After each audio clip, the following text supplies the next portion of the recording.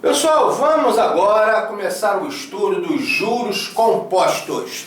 Juros compostos. Vamos ver do que se trata os juros compostos. Nós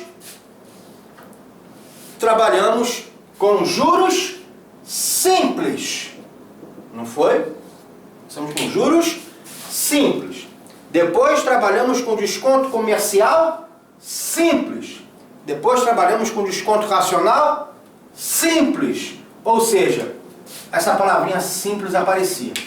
Agora não vai mais aparecer. Ela vai ser substituída pela palavrinha composto, compostos.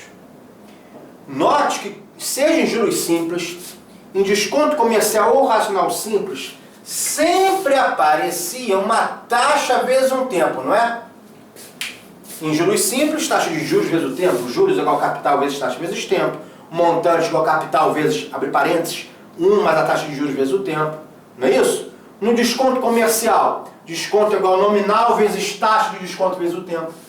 No desconto racional, desconto igual valor atual vezes taxa de desconto vezes o tempo. Então, toda vez que aparecer simples, né, envolve sempre uma taxa vezes um tempo. Notou isso? Taxa vezes um tempo. Né? Aqui não, juros compostos não será assim. É uma outra matemática que nós vamos ver, só que para isso eu prefiro pegar um quadrinho branco, tá? Um quadro branco. Vamos supor que eu tenha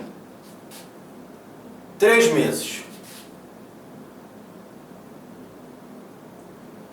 No primeiro mês, vamos supor que eu tenho um capital de R$100. Capital de R$100. E vai aplicar a juros compostos uma taxa de juros de 10% ao mês. Vamos ver o comportamento do dinheiro ao longo desses 3 meses. No final do primeiro mês, quanto é que eu vou ganhar de juros? Ora, 10% em cima de 100, R$10. Então, meu montante no final do primeiro mês, meu montante, vamos botar assim, 100 mais 10, 110. Quanto é que eu vou ganhar de juros do primeiro para o segundo mês? Quanto é que eu vou ganhar de juros do segundo para o terceiro mês? Olha, aí é que vem a definição de juros compostos. Em juros compostos, a taxa de juros ela é aplicada em cima do montante acumulado anteriormente. Vamos botar até aqui montante 1. Não, montante 1, 110. Anteriormente. Então, 10% de 110 vão ganhar de juros R$11. Então, 110 mais 11, 121. Né? Seria um montante 2, por exemplo.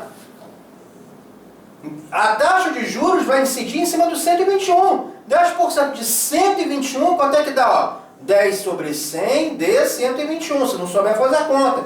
Corta os dois zeros, corta esse zero com esse zero. 1 vezes 121 dá 121, dividido por 10, 12,1. 12,1. 121 mais 12,1 vai dar um montante no terceiro mês, que eu chamei de M3, de 121 para 12,1, 133,1. 121 mais 12,1.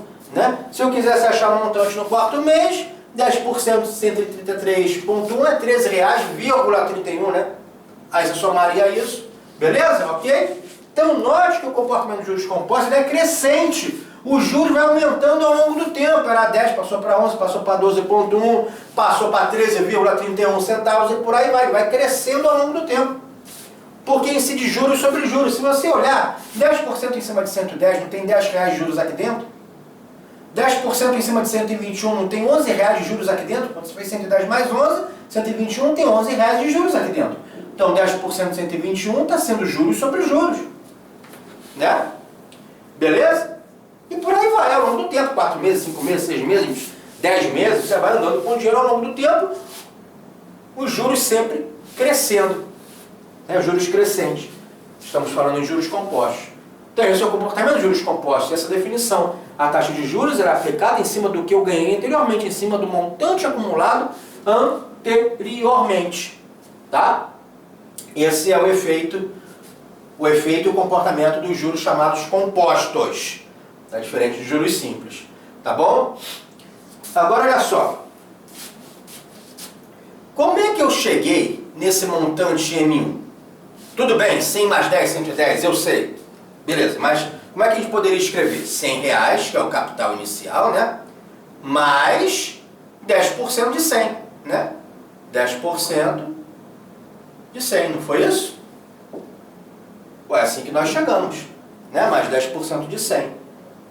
Opa, faltou aqui de 100, desculpa, 10% de 100.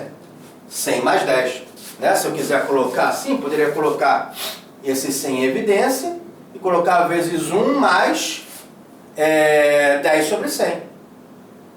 Né? Ó, 100 vezes 1 dá 100. 100 vezes... Faz a distributiva aqui, ó. 100 vezes 1 dá 100.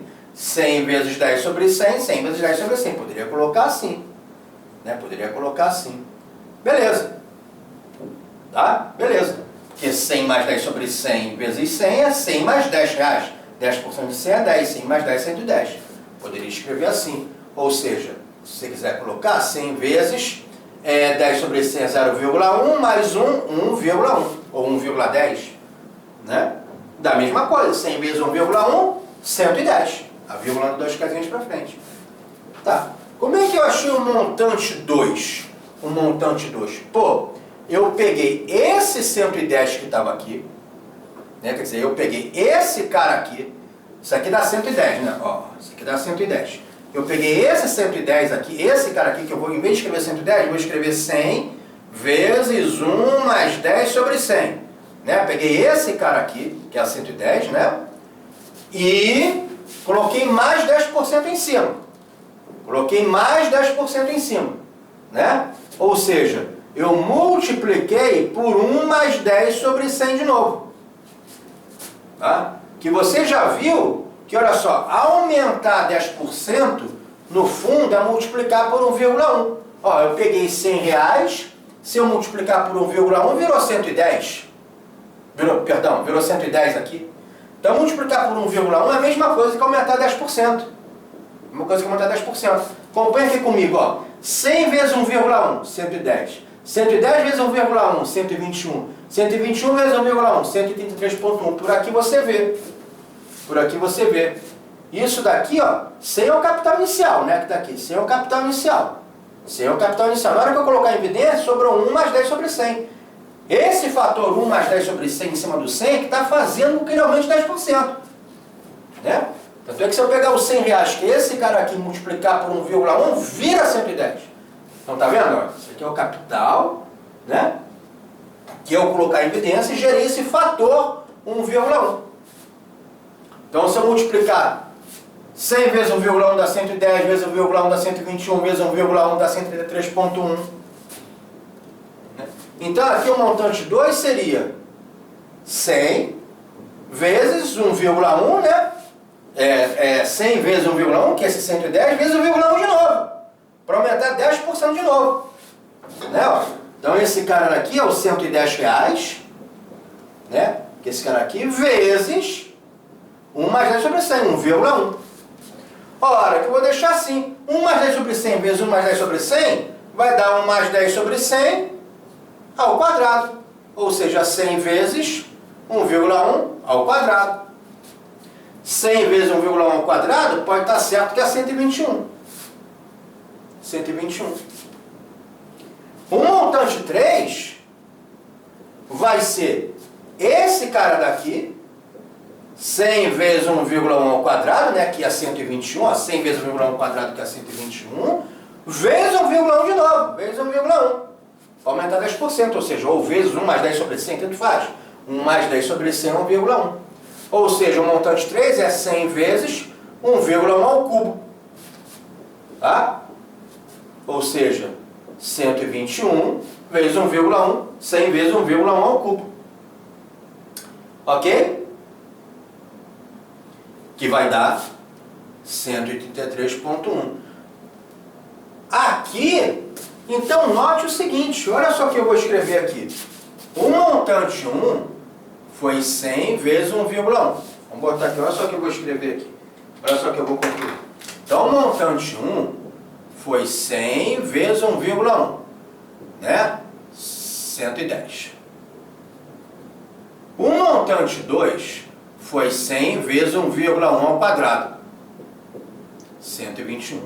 O montante 3 foi 100 vezes 1,1 ao cubo, 183,1. Né?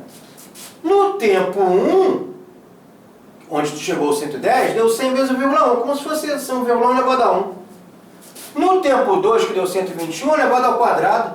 No tempo 3, que deu 183,1, elevado ao cubo. Então, note que os juros compostos é um efeito de potência exponencial. É uma potenciação. Se eu quisesse achar no tempo 4, eu ia fazer o quê? 100 vezes 1,1 elevado à quarta. No tempo 5, 100 vezes 1,1 elevado a 5. Ou seja, esse 100 aqui é o capital inicial. É o capital inicial. E o que é esse 1 mais 10 sobre 100? Aqui vai ser 1 mais a taxa de juros, né? I sobre 100, não é isso? Esse I sobre 100 é a taxa de juros sobre 100. I sobre 100 é a taxa de juros. Ou 1 mais I, se você quiser colocar. 1 mais I, 1 mais a taxa de juros, pronto, 1 mais I. Né? 10 sobre 100 é a taxa de juros, ó. A taxa de juros é 10%. Então, 1 mais I. Esse I é 10%, 10 sobre 100. Beleza? Não é?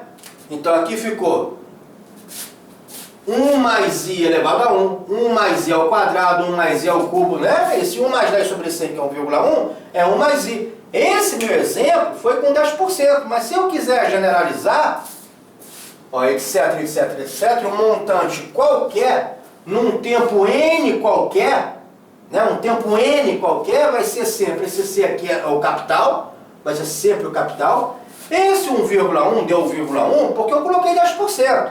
Então ficou 1 mais 10 sobre 100. Se eu colocasse 20%, ia ser 1 mais 20 sobre 100. 1,2. Se eu colocasse 30%, 1 mais 30 sobre 100. 1,3. Se eu colocasse 5%, 1 mais 5 sobre 100. 1,05. Vai generalizando, é 1 mais I. Isso aqui é 1 mais a taxa de juros. Não é? 1 mais a taxa de juros. Na hora que eu coloco aqui em evidência, fica 1 mais a taxa de juros. 1 mais I. Então, se eu quiser generalizar, é 1 mais vezes 1 mais I. Num tempo 1 elevado a 1, num tempo 2 elevado a 2, num tempo 3 elevado ao cubo, num tempo n qualquer elevado a n. Pronto, essa é a formulinha de juros compostos, o que interessa para você é isso mesmo. Tá? Aqui foi só para você ver de onde é que veio a fórmula, mas para efeitos de cálculo mesmo, para efeitos de prova, o que interessa é a fórmula de juros compostos. Coloquei isso daqui só para não jogar, né, a fórmula, mas o que vale é essa fórmula do montante. Né, para nós resolvermos nossos problemas de juros compostos. Então, já vou pegar aqui o quadro branco, só para você ver de onde é que veio a fórmula. Né? Mas pegando aqui um probleminha, pegando aqui saindo do quadro branco e pegando o material, você vai ver que está escrito isso aqui, ó. Chamamos de juros compostos a remuneração que o capital C recebe após N períodos de aplicação, quando a cada período, a partir do segundo, os juros são calculados sobre o montante do capital no período anterior. É isso aí mesmo. Montante, a taxa de juros incide sobre o montante acumulado no período anterior. Aquele exemplo. E essa é a forma de juros compostos. Montante é igual a capital, né? Montante é igual a capital vezes 1 mais a taxa de juros elevada ao tempo. Isso é o que interessa pra gente. Ora, beleza, tá aqui. Poxa, você sabe que juros é igual ao montante, o valor final, o valor cheio, menos o capital inicial, né? A diferença é que você ganhou de juros. Nós chamamos de J, né? Juros ou rendimento, montante, e tá, juros compostos, são as mesmas letrinhas dos juros simples, mesma coisa. Capital inicial principal, N tempo de aplicação. Então, juros vai ser um montante, que já vimos que é esse cara aqui, capital vezes 1 mais I elevado a N, menos o capital. Juros é montante, menos o capital. Tá? Ora, coloca o capital em evidência. Eu já falei que matemático, quando vê letras iguais separadas, ele fica estressado. Então, coloca em evidência, vai ficar C vezes 1 mais I elevado a N, ó, C vezes menos 1 dá menos C. Isso aí mesmo. Isso aí mesmo. Isso aí mesmo. Ou seja, juros é igual ao capital vezes abre colchete, 1 mais I elevado ao tempo, menos 1. Tá? E esse carinha aqui, esse 1 mais I elevado a N, ele recebe um nomezinho. Fator de acumulação de capital. O chamado FAC. fator de acumulação de capital. É um fator que faz o capital acumular. Né? Se você pegar um capital qualquer, multiplicar por esse mais elevado a n, ele aumenta, ele vira um montante. Né? Ele aumenta, ele vira um montante. Beleza? É um fator que faz o capital acumular. Tá? Então, esse é o comportamento dos juros compostos, diferente de juros simples. Beleza? Ok? Então daqui a pouco vamos comparar juros compostos com juros simples.